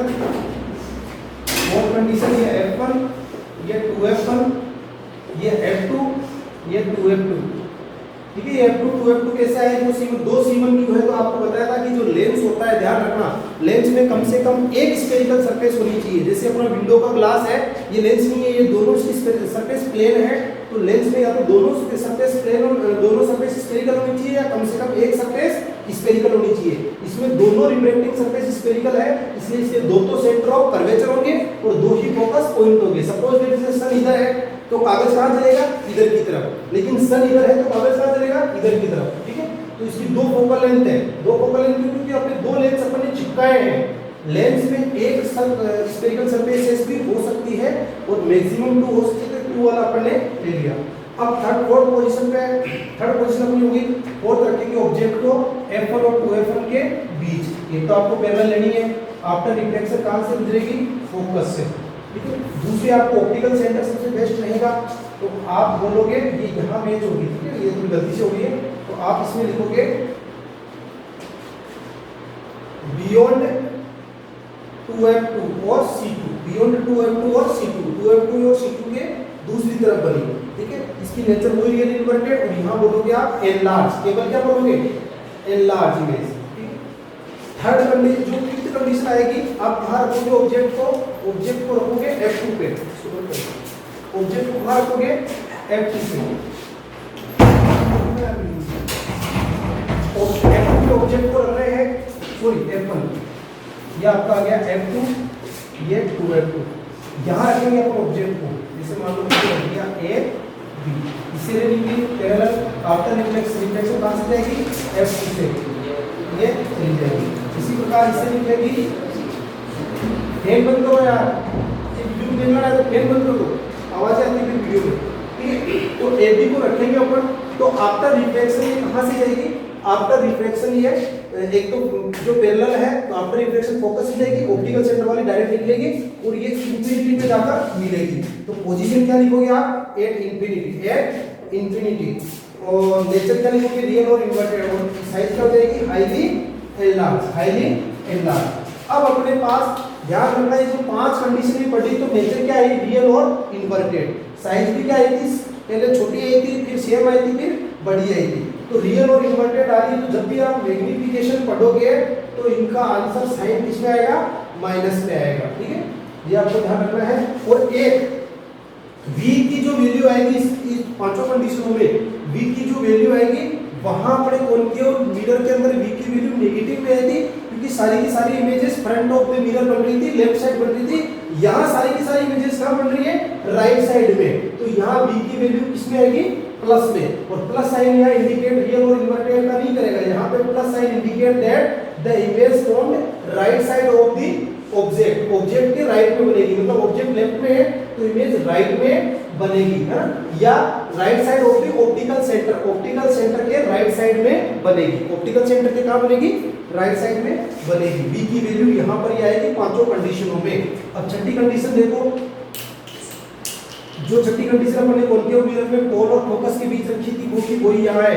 यहाँ पोल की जगह आपको क्या काम में ले रहा है, ऑप्टिकल सेंटर, ऑप्टिकल सेंटर। ये आपका f1, ये आपका f2, ये 2f1 और ये 2f2। ऑब्जेक्ट को अपन यहाँ रख रहे हैं a b, ये आपकी रे है, ये आप जानते हो जैसे पैरेलल जाएगी आफ्टर रिफ्लेक्शन कैसे जाएगी, f2 से होती हुई निकलेगी, तो ये रे ऐसे आगे में चलती हुई प्रतीत होती है।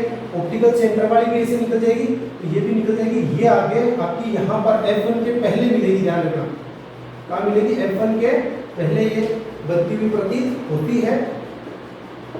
यहाँ पर ये क्या साइन है, तो पोजीशन में तो आप क्या लिखोगे, पोजीशन में आप लिखोगे सेम साइड, या तो क्या लिखोगे सेम साइड ऑफ ऑब्जेक्ट, या क्या लिखोगे left side of optical centre, left side of optical centre, optical side के लेफ्ट साइड। किसकी पोजीशन, इमेज की, ध्यान रखना किसकी, इमेज की। फिर इमेज की नेचर लिखेंगे, तो नेचर ध्यान रखना ये वर्चुअल इमेज बन रही है, जो वर्चुअल होती है वो कैसी होती है, इरेक्ट होती है।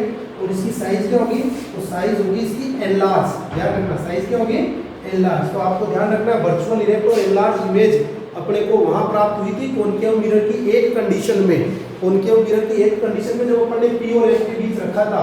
और यहाँ पर जो वर्चुअल इमेज प्राप्त होगी और इरेक्ट प्राप्त होगी और एनलार्ज इमेज प्राप्त होगी जब ऑब्जेक्ट को f1, है ना, इसके सॉरी f1 और ऑप्टिकल सेंटर के बीच में अपन इसको रखते हैं, f1 और ऑप्टिकल सेंटर के बीच में इसको रखते हैं, तो अपने को ये इमेज प्राप्त होगी। ये हो गया अपने इमेज फॉर्मेशन कॉन्वेक्स लेंस के द्वारा। अब आता है कॉनकेव लेंस। तो कॉनकेव लेंस का एक रे डायग्राम तो अपन ने तभी पढ़ लिया जब अपन ने इसकी फोकल लेंथ निकाली। तो इसमें एक तो दो ही कंडीशन होती है, एक कंडीशन होती है इनफाइनाइट वाली, जो इसकी फोकल लेंथ में भी काम आती है। ये f1, ये f2, बार बार पढ़ोगे याद हो जाएगा। 2f1, ये 2f1 क्यों है, ये भी मैंने बताया, तो शुरुआत में बता रखा है। ये 2f2, इसको क्या कहा है, C2। अब यहाँ ऑब्जेक्ट कहाँ है, इनफाइनाइट पे है। ऑब्जेक्ट से क्या आ रही है, रेज, ध्यान रखना रेज तो आती है इनफाइनाइट, खूब सारी रेज आती है, लेकिन अपने को डायग्राम की समरी के हिसाब से कितनी रे बतानी है, दो रे बतानी है। तो आफ्टर रिफ्लेक्शन अपन ने पढ़ा था कि जब पैरेलल आती है तो आफ्टर रिफ्लेक्शन कहाँ से वो डाइवर्ज हो जाती है इसमें, लेकिन वो एक पॉइंट पर मिलते हुए प्रतीत होती है। उस पॉइंट का नाम क्या है, f1, क्या है f1। तो इमेज देखो यहाँ पर पोजीशन बनोगे लिखोगे तो क्या आएगी, सेम साइड, है ना, या left side of optical centre, optical centre के लेफ्ट साइड। नेचर, तो नेचर में देखो डैश डैश आ रहा है, तो डैश डैश क्या बताता है, virtual and erect, virtual and erect, virtual और इरेक्ट को बताता है। और फिर आती है साइज, तो साइज इसकी आती है हाईली डिमिनिश्ड, हाईली डिमिनिश्ड। देखो मेरे को याद होगी, तुम्हारे को याद हो जाएगी बार बार पढ़ोगे तो। और पॉइंट साइज, और क्या होती है, पॉइंट साइज। दूसरी जो इसमें कंडीशन होती है, चाहे कहीं भी रखो, ऑप्टिकल सेंटर से लेके इनफाइनाइट के बीच में कहीं भी इमेज को रखो तो भी इसकी इमेज फोकस से थोड़ी दूर बन जाएगी, ठीक है। तो इसमें अपन इसको, उसकी सेकंड कंडीशन है, उसमें अपन इसको रख के देख लेते हैं, फोकस से पहले बन जाएगी इमेज। ये आपका f1 हो गया, ये 2f1 हो गया। तो मान लो अपन इमेज को यहाँ रख दिया 2f1 के जस्ट पास है। पहली कंडीशन क्या थी, इनफाइनाइट पे रखो, और दूसरी कंडीशन है कहीं भी रखो। इस ऑप्टिकल सेंटर से अपन इमेज को यहाँ रख दिया a b, वही ध्यान रखना है, ऐसे जाएगी। आफ्टर रिफ्लेक्शन क्या होगी, फोकस से निकलती हुई प्रतीत होती है।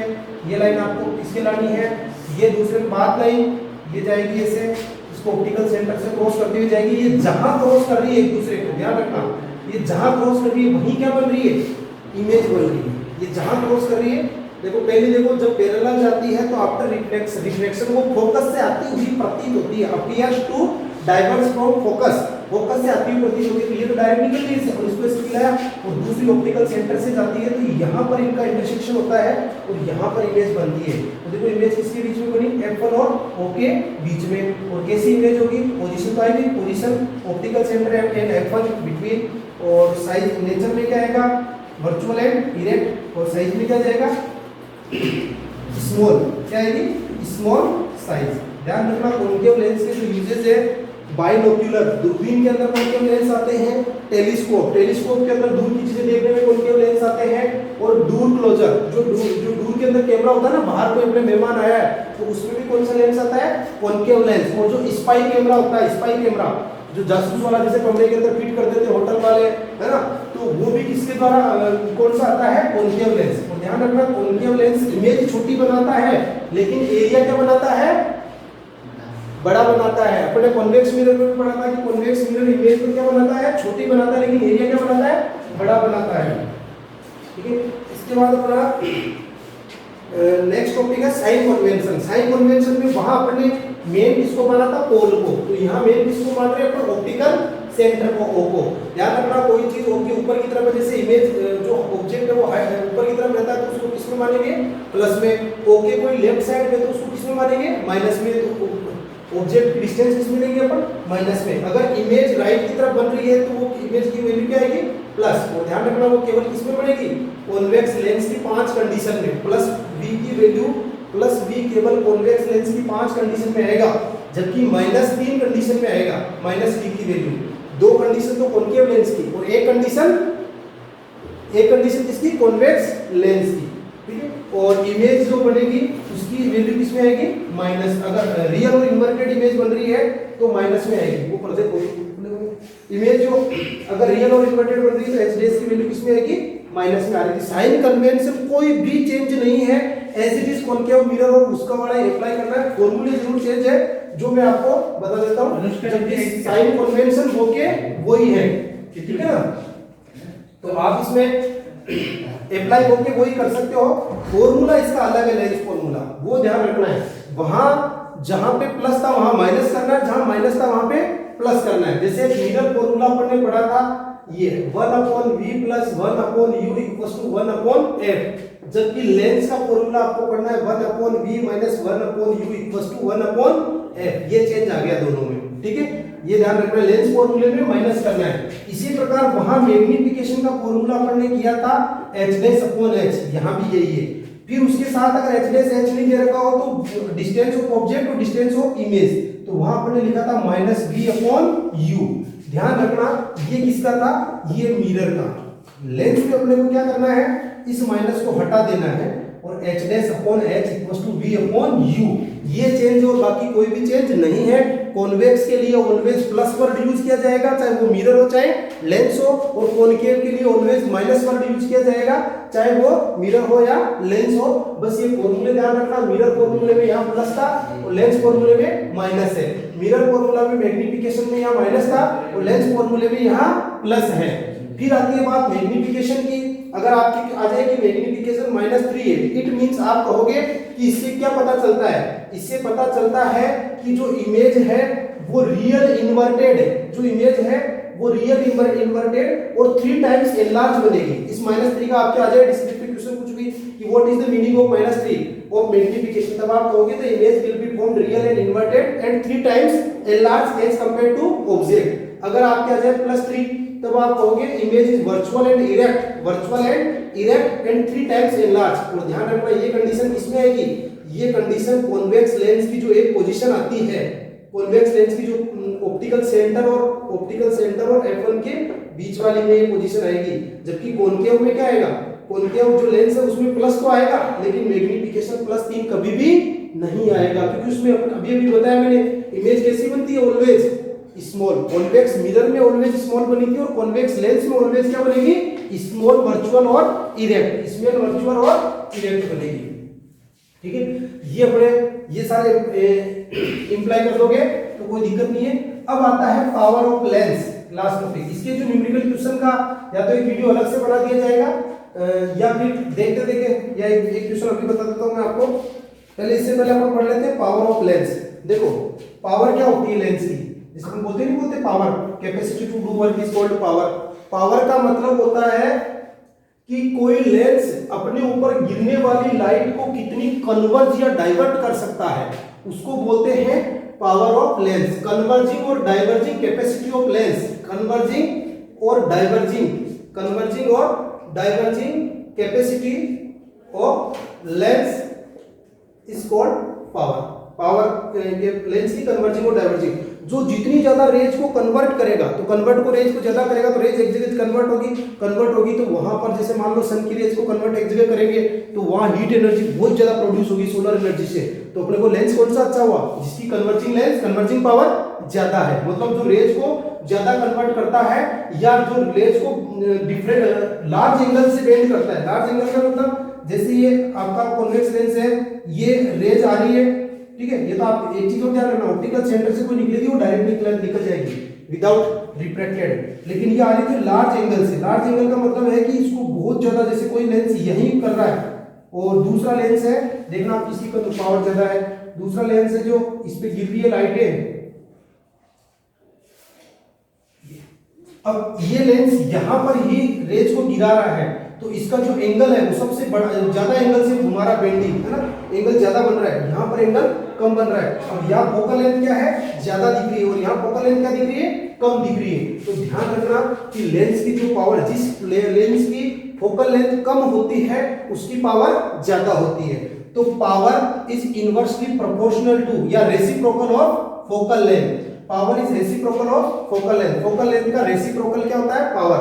मतलब ये लेंस इसको ज्यादा एंगल से घुमा रहा है रेज को, तो इसकी पावर ज्यादा होगी कम फोकल लेंथ वाले की, और ज्यादा फोकल लेंथ वाले की पावर कम होगी। इसी प्रकार डाइवर्जिंग, कोई मिरर है जो रेज को बहुत ज्यादा डाइवर्ज कर रहा है तो उसकी पावर ज्यादा होती है, रेज और जो इंसिडेंट रेज को कम डाइवर्ज कर रहा है ज्यादा कम एंगल से तो उसकी कम होती है। तो इसको बोलते हैं पावर ऑफ लेंस। और ध्यान रखना इसकी ऐसा यूनिट होती है डायोप्टर। क्या होती है, डायोप्टर। और focal length always measured in metres, always measured in metres. अपन ने जितने भी एग्जांपल में क्वेश्चन देखे सबकी किसमें दे रखी थी, सेंटीमीटर में, लेकिन फोकल लेंथ किसमें लेनी है अपने को, जब पावर निकालनी हो तो मीटर में। मैं बाद में मिलूंगा आगे, ठीक है। फोकल लेंथ किसमें मेजर करते हैं, मीटर में मेजर करते हैं। सेंटीमीटर में अपने को क्वेश्चन में दे रखी होती है। अब देखो इसमें अपन पढ़ते हैं एक दो क्वेश्चन देखते हैं पावर के, जिसमें अपने को पता चल जाएगा पावर का। वापस ध्यान रखना, कन्वर्जिंग कैपेसिटी ऑफ लेंस या डाइवर्जिंग कैपेसिटी ऑफ लेंस। तो कॉन्वेक्स लेंस के लिए तो कन्वर्जिंग कैपेसिटी और कॉन्केव लेंस के लिए डाइवर्जिंग कैपेसिटी। जैसे मान लो कोई बच्चा कहता है कि सर मेरे +2 वाला चश्मा चढ़ रखा है। अब अपन जानते हैं प्लस किसके लिए यूज करेंगे, कॉन्वेक्स लेंस के लिए। किसके लिए, कॉन्वेक्स वर्ड के लिए प्लस यूज। तो उसकी पावर बता रहा है वो +2 बता रहा है, तो वो कह रहा है इसकी फोकल लेंथ फाइंड करो। इसकी क्या फाइंड करो, फोकल लेंथ। तो अपने पास फॉर्मूला है P = 1/f। P = 1/f। P कितनी है, +2 = 1/f, ठीक है। तो f क्या आ जाएगी, 1/2। तो 2 से क्या आएगा, 0.5। और अपन ने पढ़ा था कि जो फोकल लेंथ होती है पावर की किसमें आती है, मीटर में आती है। तो 0.5 मीटर का मतलब होता है 50 सेंटीमीटर। मतलब उस लेंस की जो पावर है, जो फोकल लेंथ है वो कितनी है, फोकस सेंटर 50 सेंटीमीटर। मतलब वो यहाँ पर रेज को क्या करेगा, कन्वर्ट करेगा। यहाँ पर रेज को क्या करेगा, कन्वर्ट करेगा 50 सेंटीमीटर। तो जिसपे प्लस का 2 का चश्मा चढ़ रखा है, इट मीन्स उसके लेंस की जो कन्वर्जिंग कैपेसिटी है या फोकस सेंटर है या फोकल लेंथ कहते हैं अपन, ऑप्टिकल सेंटर से इसके बीच की दूरी वो कितनी होगी, 50 सेंटीमीटर। जैसे आपकी बुक में एक पीछे का क्वेश्चन दे रखा है, वो बता देता हूं मैं आपको। इसमें Which of the following, 6th question है, Which of the following lenses would you prefer to use while reading small letters found in dictionary? देखो डिक्शनरी में पढ़ना हो तो पास की चीजों के लिए कॉन्वेक्स लेंस, डिक्शनरी में पढ़ना हो तो इसमें आंसर 4 ऑप्शन दे रखे हैं। एक convex lens of focal length 50 centimetre, एक concave lens of focal length, तो कॉन्केव तो अपने पहले उड़ा दो क्योंकि कॉन्केव तो दूर की चीजों के लिए काम आता है। तीसरा दे रखा है convex lens of focal length 5 centimetre, एक दे रखा है फोकल लेंथ 5 सेंटीमीटर वाला और दूसरा दे रखा है फोकल लेंथ 50 सेंटीमीटर वाला, ठीक है। तो किसकी पावर ज्यादा होगी, तो एक तो दे रखा है 5 सेंटीमीटर और दूसरा दे रखा है 50 सेंटीमीटर। तो किसकी पावर ज्यादा होगी? तो सबसे पहले इसको किसमें चेंज करना अपने को? मीटर में। तो ये क्या आ जाएगा 0.05 मीटर आ जाएगा। और ये क्या आ जाएगा, इसको डिवाइड करेंगे तो 0.5 मीटर, 0.5 मीटर। अब दोनों को फॉर्मूले में फिट कर दो। पहले में 0.05 और दूसरे में t इक्वल टू 0.5। ये इसका 50 सेंटीमीटर वाले का और ये किसका 5 सेंटीमीटर वाले का। डेसिमल हटा दो, 2 डिजिट लगा दो, या डेसिमल हटा दो, 1 डिजिट लगा दो। इसकी क्या आई 20, इसकी कितनी आएगी 20 और इसकी कितनी आएगी 2। और पावर ध्यान रखना कॉन्वेक्स वर्ग है तो क्या आएगा प्लस, कॉन्वेक्स वर्ग है तो क्या आएगा, इसकी पावर कितनी है प्लस 20 और इसकी पावर कितनी है 2। तो कौन सा बेटर रहेगा? ये बेटर रहेगा, ऊपर वाला 5 सेंटीमीटर वाला जिसका सी ऑप्शन है वो करेक्ट आएगा। तो ध्यान रखना जो पावर होती है वो फोकल लेंथ की रेसिप्रोकल होती है। जिसकी ज्यादा फोकल लेंथ होती है उसकी उतनी ही कम पावर होती है। वैसे पावर लेंस की दे रखी है, लेकिन पिछली बार अपने सर ने एक क्वेश्चन पूछ लिया था मिरर की। तो मिरर की भी पावर जब लेंस की तो मिरर की भी होनी चाहिए। मतलब कौन सा मिरर कागज को जल्दी जलाएगा तो वो उसकी पावर फोकल लेंथ से निकाली जाती है। अब एक अपन इसमें न्यूमेरिकल क्वेश्चन कर लेते हैं अपन। कई बार पावर को ऐड भी किया जाता है। पावर को ऐड कैसे? जैसे मान लो अपन कोई माइक्रोस्कोप बना रहे हैं तो माइक्रोस्कोप में अपने पास एक ही लेंस है जो अपने को सेल वगैरह किसी का भी डायग्राम दिखा रहा है, वो एकदम साफ नहीं दिखा रहा, एकदम क्लियर नहीं दिखा रहा, तो अपन उसमें एक लेंस और जोड़ देंगे, है ना। एक लेंस और जोड़ देंगे तो उसको बोलेंगे जैसे पावर को ऐड करना, जैसे P1 प्लस P2। सिंपल, ये अपने सिंपल जो कैलकुलेशन करनी है वो, जैसे कॉन्वेक्स लेंस हो गया, जैसे मान लो इसकी एक की पावर थी +20, दूसरे की पावर थी +2, तो ये क्या होगी टोटल पावर कितनी हो गई 22 हो जाएगी, है ना। और अगर कॉन्केव लेंस हो तो फिर वो घट जाती है, माइनस हो जाएगा उसमें, है ना। इसमें जैसे दे रखा है इंडिविजुअल पावर एल्जेब्रिक फॉर्म में। इसी प्रकार जैसे कॉन्केव लेंस की भी बता रखी है पावर, जैसे एक क्वेश्चन की है इसमें, find the power of a concave lens of focal length 2 metre. Concave lens की पावर लर्न करनी है और 2 मीटर उसकी फोकल लेंथ है। तो देखो 2 मीटर, ध्यान रखना जैसे फोकल लेंथ लिखोगे डायरेक्ट आप यहाँ पे कौन सा साइन लगा दो माइनस, क्योंकि कॉन्केव है, कॉन्केव वाला लिखेंगे। पावर लिखोगे तो 1/-2 डायरेक्ट, तो क्या आ जाएगा -0.5। डायोप्टर, पावर को डायोप्टर में लिखते ध्यान रखना, डायोप्टर, या लिखोगे -0.5 डी। पावर की SI यूनिट क्या होती है डायोप्टर या डी। तो कई बार कहते हैं मेरे माइनस में चश्मा है, तो माइनस का मतलब है कि मेरे को दूर की चीज नहीं दिखती, प्लस में चश्मा है इट मींस मेरे को पास की चीज नहीं दिखती। तो अब अपन एक क्वेश्चन इसमें कर लेते हैं कॉन्वेक्स लेंस का क्वेश्चन। एग्जांपल 10.4 दे रखा है जो अपने लेंस फॉर्मूला से रिलेटेड भी हो जाएगा। पावर वाला आपको बता दिया। रिफ्रैक्टिव इंडेक्स का क्वेश्चन अपने रह गया था जो अपन बाद में कभी क्लास में कर लेंगे। तो इसमें जैसे a 2 centimetre tall object is placed perpendicular to the principal axis of a convex lens of focal length 10 centimetre. h कितनी है ऑब्जेक्ट हाइट, देखो या तो हाइट दे दे या लेंथ दे दे या साइज दे दे, तो कितनी है 2 सेंटीमीटर, ठीक है। ये हाइट प्लस में ही आती है, हमेशा ध्यान रखना ऑब्जेक्ट की। फिर कह रहा है फोकल लेंथ है इसकी कॉन्वेक्स लेंस की 10 सेंटीमीटर। फोकल लेंथ कॉन्वेक्स वर्ग आते हैं, आपको क्या लिखना है प्लस में लिखना है 10 centimetre. The distance of the object from the lens is 15 centimetre. u की वैल्यू, और ध्यान रखना यूनिट भी सेम आनी चाहिए, -15। माइनस क्यों लिया? क्योंकि ऑब्जेक्ट हमेशा कौन सी साइड होता है लेफ्ट साइड। ऑब्जेक्ट कौन सी साइड होता है left side. Find the nature, 3 चीजें करनी है, नेचर, पोजीशन और साइज। क्या फाइंड करना पड़ेगा?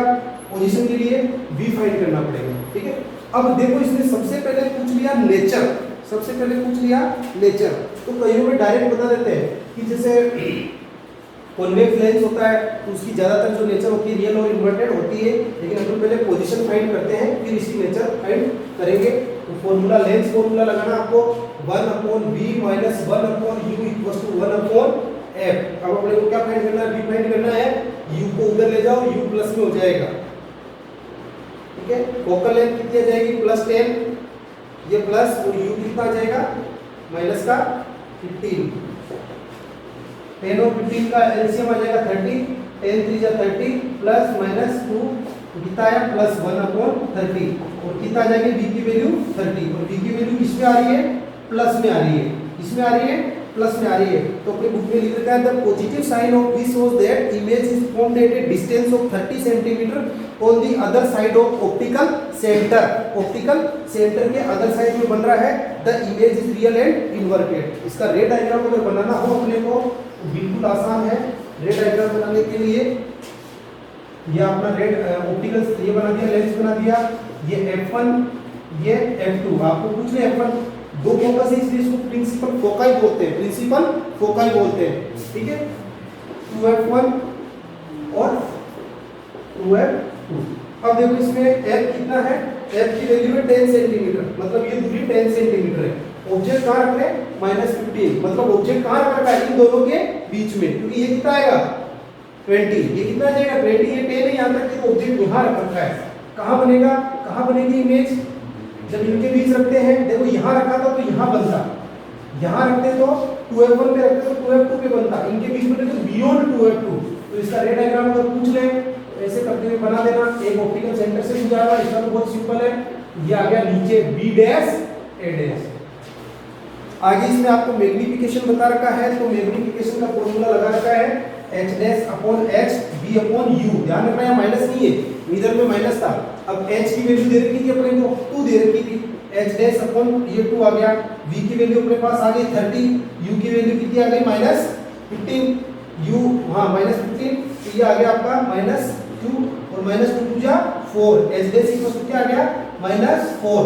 तो यहाँ नेगेटिव साइन वापस बता रहा अपने को, मैग्नीफिकेशन है ना, तो नेगेटिव साइन बता रहा है कि ये रियल और इन्वर्टेड है, और साथ में ये जो 2 टाइम्स इमेज एनलार्ज है, एनलार्ज इमेज 2 टाइम्स लार्ज है, क्योंकि ऑब्जेक्ट की हाइट क्या है 2 और इमेज कितनी है 4 और -m इक्वल्स टू ये आ गया, तो कितना है कि 2 टाइम्स लार्ज इमेज। ध्यान रखो ये आपके चैप्टर कंप्लीट है। इसकी क्वेश्चन आंसर आप वीडियो को देख लेना, मंडे को जो अपनी क्लास होगी उसमें अपन इसके क्वेश्चन आंसर करेंगे। Okay bye bye.